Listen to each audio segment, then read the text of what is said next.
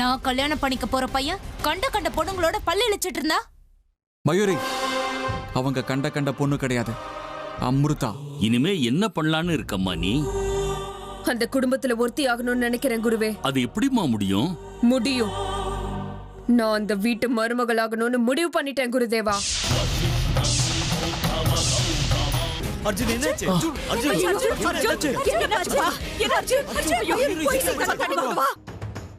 என் வாழ்க்கையோட லட்சியம் என் கண்ணு முன்னாடியே இருக்கு. என்னோட பாதை இப்போ தெளிவா இருக்கு. பரமேஸ்வரன் என் இலக்க காட்டிட்டான். ஆனா அந்த இலக்கை எப்படி அடையறதுன்னு தான் என்னோட அடுத்த கேள்வியே. அந்த கேள்விக்கும் கூடிய சீக்கிரம் நான் பதில கண்டுபிடிப்பேன். என்னுடைய இலக்க நான் அடைஞ்சே தீருவேன். அந்த குடும்பத்துல மருமகளா நான் போவேன். என் அப்பாவையும் அம்மாவையும் கொன்னவங்களோட வம்சத்தை நிர்மூலமாக்கியே தீருவேன். இது என் அப்பா அம்மா மேல சத்தியம்.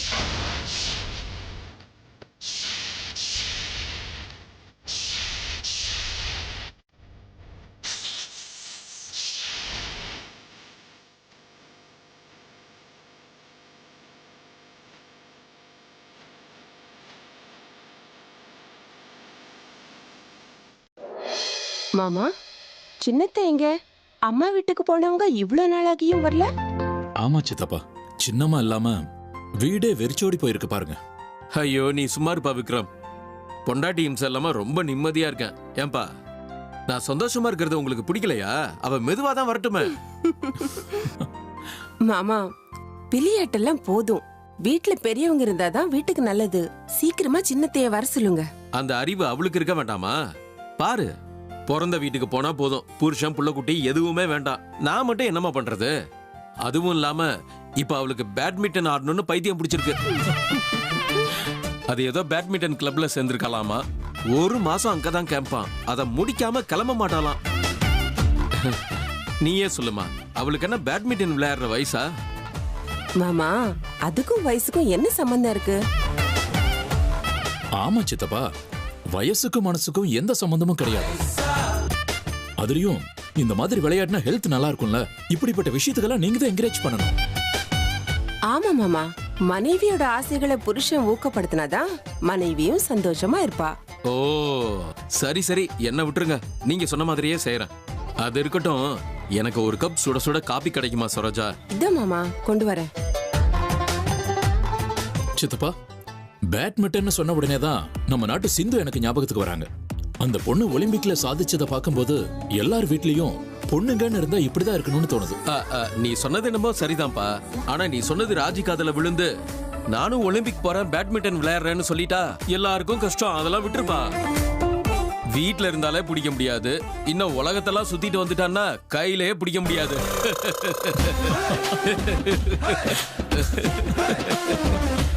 என்ன ஆச்சு? சித்தப்பாவும் மகனும் இவ்வளவு நல்லா சிரிச்சிட்டு இருக்கீங்க, என்ன விஷயம்? அது ஒண்ணும் இல்லம்மா சரோஜா, நம்ம ராஜி ஒலிம்பிக்ஸ்க்கு போய் பேட்மிண்டன் ஆடினா எப்படி இருக்கும்னு இமேஜின் பண்ணி பார்த்தேன். சிரிப்பு வந்துருச்சு. அப்படியா? வாமா. அமிர்தா, வாமா உட்காரு. காஃபி குடிக்கிறியா? வேண்டாம். அமிர்தா, என்னாச்சுமா அவனுக்கு? ஒரு மாதிரியா இருக்க, விஷயம் என்னமா? யாராவது ஏதாவது சொன்னாங்களாமா? ஏன் இவ்வளவு டல்லா இருக்க?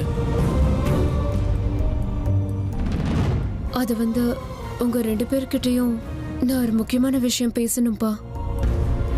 முக்கியமான விஷயமா? என்ன?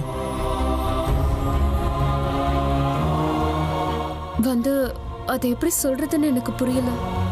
இத பாருமா அமிர்தா, இது உன் வீடு. யாருக்காகவோ எதுக்காகவோ நீ தயங்க வேண்டிய அவசியமே இல்ல. தைரியமா இரு. என்ன விஷயம் அமிர்தா? நான் ஒருத்தரை மனசார விரும்புறேன்.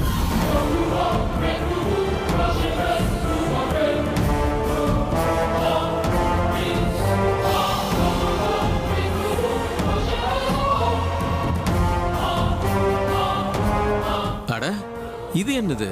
புதுசா ஒரு கதை கட்டி விடுறா. அமிர்தா, நீ நிஜமா தான் சொல்றியாமா? அமிர்தா, நீ உண்மையதான் சொல்றியா? ஆமாப்பா, நான் ஒருத்தரை மனசார காதலிக்கிறேன். அவரையே கல்யாணம் பண்ணிக்கணும்னு முடிவும் பண்ணிட்டேன். நீங்க எனக்கு துணையா இருப்பீங்களா? என்னம்மா அமிர்தா இப்படி எல்லாம் கேக்குற? நாங்க உனக்கு துணையா இல்லாம இருப்போமா? எனக்கு இதை விட சந்தோஷமான செய்தி வேற என்ன இருக்க போகுது சொல்லு. அமிர்தா, நீ என்ன முடிவெடுத்தாலும் சரிம்மா, எங்க 2 பேருக்கும் சந்தோஷம்தான். ஏன்னா நீ புத்திசாலி பொண்ணு, சரியான முடிவு தான் எடுப்ப. உனக்கு ஏத்த நல்ல பையனை செலக்ட் பண்ணிருப்ப. அந்த நம்பிக்கை எனக்கு இருக்குமா. இவளே ஒரு பாம்பு, ஒரு மலைப்பாம்பையோ காளிங்க சர்ப்பத்தையோ தான் விரும்புவா. பாம்புக்கு பாம்பு தானே ஜோடி. கன்றாவி. இன்னும் இந்த வீட்டுல என்னத்தெல்லாம் பார்க்க வேண்டியது இருக்கோ. ருத்ரா, ருத்ரா ஃப்ரீயா இருக்கியா? உங்ககிட்ட நான் கொஞ்சம் பேசணும்டா. சொல்லுண்ணா, ஏன் ஒரு மாதிரி பயந்து போயிருக்க? மறுபடியும் ஏதாவது பிரச்சனையா? ருத்ரா, எனக்கு என்னமோ மனசு சரியில்லை, ரொம்ப படபடப்பா இருக்குடா. எங்கேயும் ஏதோ சரியில்லைன்னு தோணுது. அப்படின்னா? ருத்ரா, நம்ம வீட்டுக்கு பாம்பால பிரச்சனை வரப்போகுதுன்னு எனக்கு தோணுதுடா. நம்ம வீட்டுக்கு பிரச்சனை வருது பாம்புகளால இல்லனா அந்த நாகராணியால.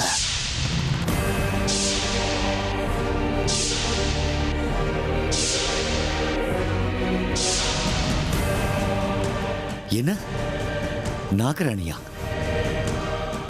நீ என்ன சொல்ற ருத்ரா?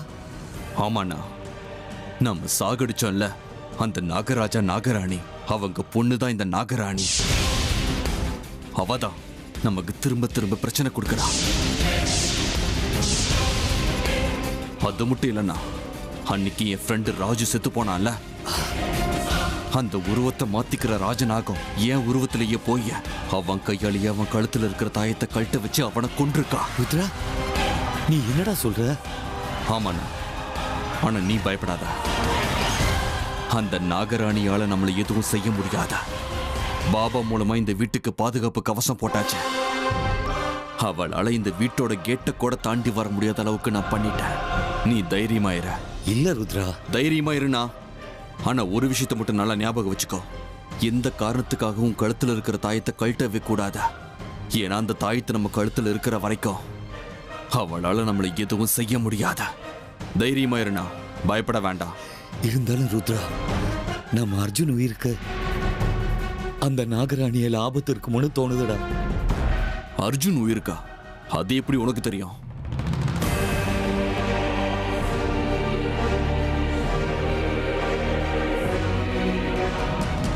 ருத்ரா, அந்த சர்ப்பத்துக்கு பண்ண பூஜை ஒழுங்கா பண்ணல போல இருக்கு. என் மனசு ஆணித்தனமா சொல்லுது, அவனுக்கு சர்ப்பதோஷ நிவாரணம் ஒழுங்கா பண்ணல. ஆனா என்ன நம்ம பேசிட்டு இருக்க? அப்படிலாம் எதுவும் கிடையாது. அமைதியா இரு. அதான் ஜோசியரே சொல்லிட்டாருல, அர்ஜுனுக்கு கல்யாணம் பண்ணிட்டா இருக்கிற தோஷமும் நிவர்த்தி ஆயிடும்னு. அதான் கல்யாணம் நெருங்கிக்கிட்டே இருக்குல்ல, மயூரி கூட அர்ஜுன் நிம்மதியா இருக்க போறான். நீ மனசு போட்டு குழப்பிக்காதனா, எல்லாம் சரியாயிடும். அந்த நாகராணியால நம்மளை எதுவும் செய்ய முடியாது, புரியுதா?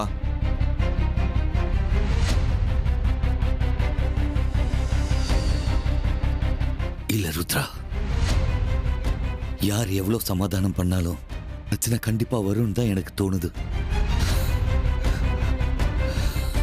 சர்ப்பதோஷ நிவாரணம் நடக்கலையா? அந்த தேகங்களை நெருப்பால எரிச்சதுக்கு அப்புறம் என் மனசுக்குள்ள ஏன் இவ்வளவு குழப்பம்?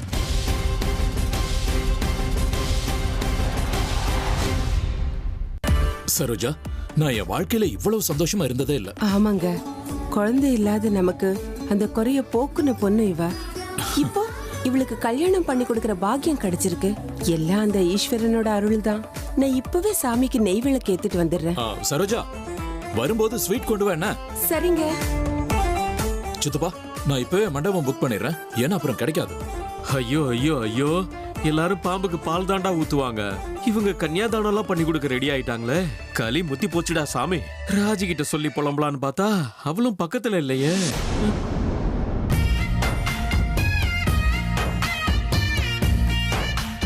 ஹலோ ராஜு, நான் தான் விக்ரம் பேசுறேன். ஹைவேல ஒரு புது மண்டபம் கட்டியிருக்காங்கல்ல, அந்த மண்டபத்தை உடனே புக் பண்ணணும். ஒரு 2-3 முகூர்த்த நாள்ல புக் பண்ணுங்க. என் பொண்ணு கல்யாணப்பா. ஆமா, என் பொண்ணுக்கு கல்யாணம் பண்ண போறேன். இங்க பாருங்க, அரேஞ்ச்மெண்ட்ஸ் எல்லாம் ரொம்ப பிரமாதமா இருக்கணும். எல்லா பொறுப்பையும் உங்ககிட்ட தான் ஒப்படைக்கிறேன். என்னோட பிசினஸ் பார்ட்னர்ஸ், ஃபேமிலி, ஃப்ரெண்ட்ஸ் எல்லாரையும் உங்களுக்கு தெரியும்ல, ரொம்ப பெரிய சர்க்கிள். எல்லாரையும் அகாமடேட் பண்ற அளவுக்கு இருக்கணும். செலவு பத்தி எல்லாம் ஏன் கவலைப்படுறீங்க? இது ஏன் பொண்ணு கல்யாணம். செலவு பத்தி நீங்க கொஞ்சம் கூட கவலைப்பட வேண்டாம். இங்க பாருங்க, இதுக்கு முன்னாடி இந்த மாதிரி கல்யாணம் எங்கேயும் நடந்திருக்க கூடாது. அந்த மாதிரி கிராண்டா பண்ணணும், ராயலா இருக்கணும். ஓகே மாமா, இந்தாங்க ஸ்வீட். என்னங்க, இந்தாங்க. அமிர்தா, முதல்ல நீ ஸ்வீட் சாப்பிடு. எழுந்துருமா, இந்தா சாப்பிடு. சாப்பிடுமா. விஷப்பாம்போட கல்யாணத்துக்கு ஸ்வீட் ஊட்டி விடுறாங்கடா சாமி. கல்யாணம் பண்ணிக்கிறேன்னு சொன்ன பையனை பத்தி எதுவுமே சொல்லலையாமா? ஆமா அமிர்தா, பையன் யாரு? அவன் பேர் என்ன? வேற என்ன இருக்கும்? காளிங்கம், மலைப்பாம்பு, சாரப்பாம்பு, இப்படி ஏதாவது இருக்கும். அவருடைய பேரு அர்ஜுன். அர்ஜுன், வாவ், ரொம்ப நல்ல பேருமா. யாருமா பையன்? எங்க இருக்கான்? என்ன பண்ணிட்டு இருக்கான்? ஏதோ ஒரு காட்டுல ஏதோ ஒரு புத்துக்குள்ள டான்ஸ் ஆடிக்கிட்டு இருப்பான். வேற என்ன பண்ணுவான்? அப்பா, அம்மா, அவரு உங்களுக்கும் நல்லா தெரியும். அவர் உங்க பிசினஸ் பார்ட்னர் விஷ்ணுவோட மகன் அர்ஜுன்.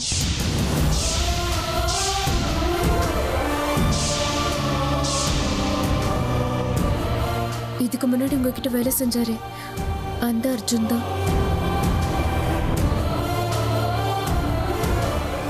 நான் மனசார விரும்புறேன்னு சொன்ன அர்ஜுன் அவர்தான்.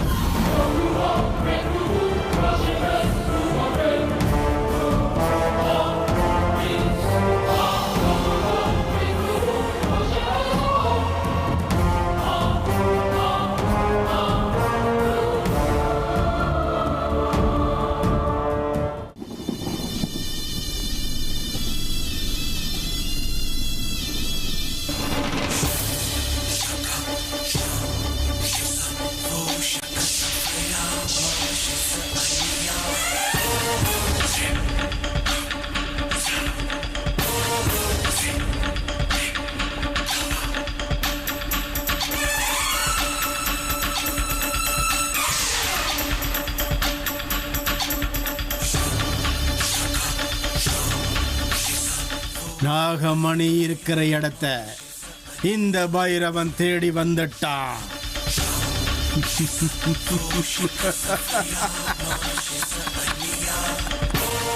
ஜெய் மகாகாளி.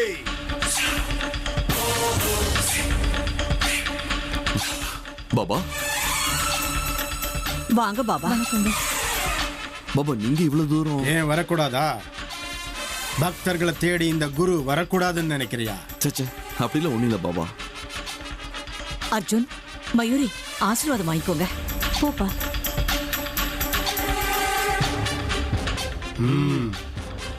ஜெய் மகாகாளி.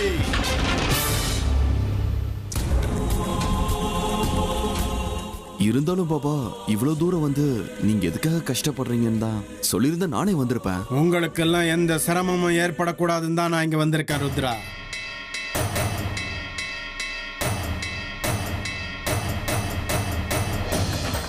நீங்க என்ன சொல்றீங்க பாபா? ஆமா ருத்ரா, இந்த வீட்டுக்கு ஒரு பெரிய ஆபத்து வரப்போகுதுன்னு என் மனசு சொல்லுது.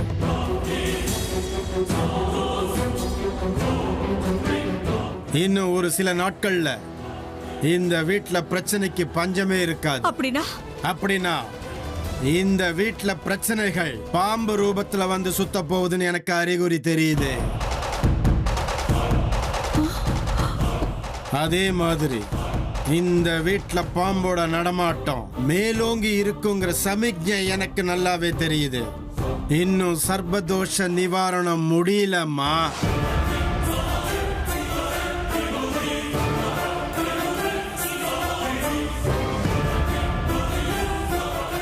ஐயோ கடவுளே, இப்ப என்ன செய்யறது? சர்ப்பதோஷம் போலியா? பயப்பட வேண்டாம். இந்த பைரவனோட அருள் எப்பவுமே உங்களுக்கு இருக்கு. எப்பேற்பட்ட சக்தியால் உங்களை எதுவும் செய்ய முடியாது. ஜெய் மகாகாளி. பாபா, இப்ப நீங்க தான் இதுக்காக ஏதாவது பரிகாரம் சொல்லி ஆகணும். பயப்பட வேண்டாம் ருத்ரா.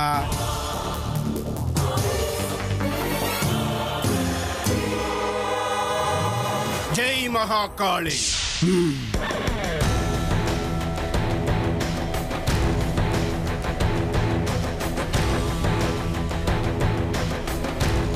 வாங்கிக்கோ. இதுக்கு முன்னாடி நான் கொடுத்த தாயத்தோட சக்தி குறைய ஆரம்பிச்சிடுச்சு. அதுதான் இதுக்கு காரணம். இப்ப இந்த தாயத்தை நீயும் விஷ்ணுவும் கழுத்துல மாட்டிக்கங்க.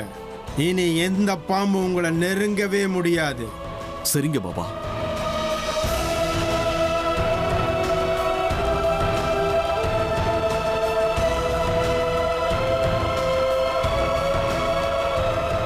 அப்படியே இன்னொரு விஷயம், இந்த தாயத்தை ஆபத்து இருக்கக்கூடிய உங்க நண்பர்களுக்கும் கொடுங்க. அவங்களையும் எந்த பாம்பு நெருங்காத அளவுக்கு இந்த தாயத்தை காப்பாத்து.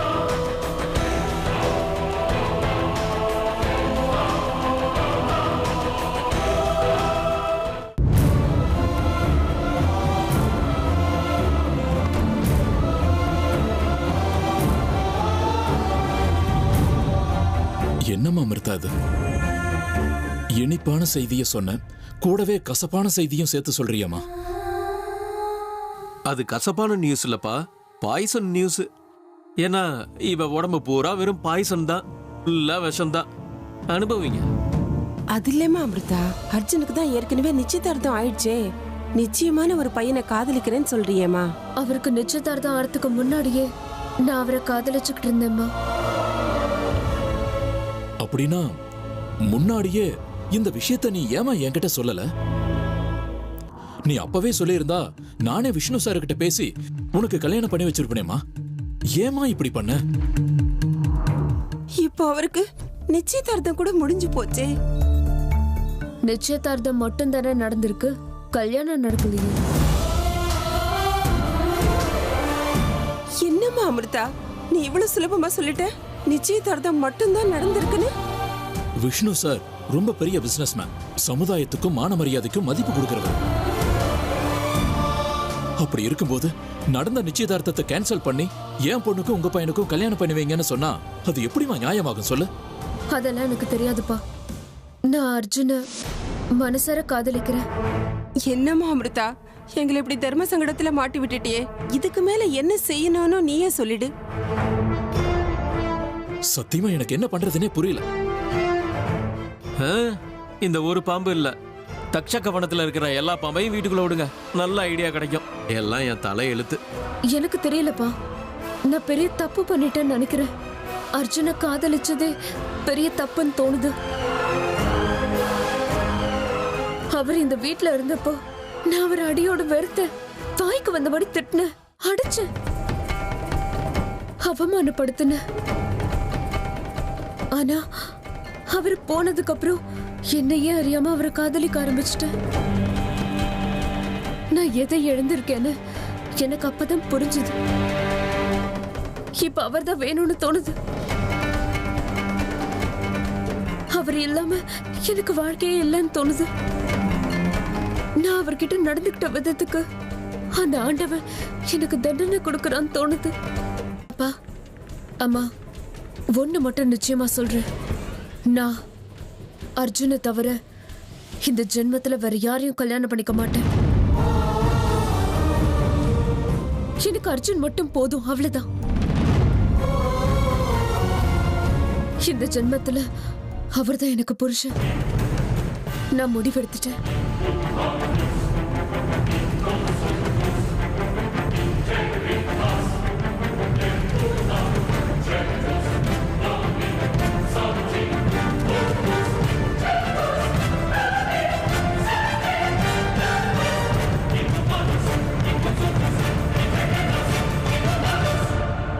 என்னங்க என்னங்க இந்த பொண்ணு இப்படி சொல்லிட்டு போறா? இப்ப என்ன செய்யறது? சத்தியமா எனக்கு என்ன பண்றதுன்னே புரியல சரோஜா.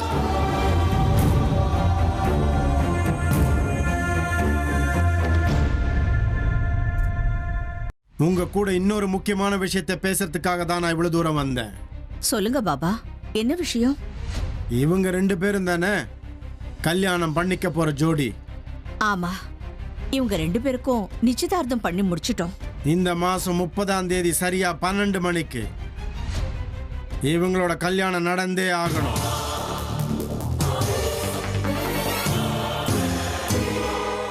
இல்லனா இந்த பையனோட உயிருக்கு பெரிய ஆபத்து இருக்கு.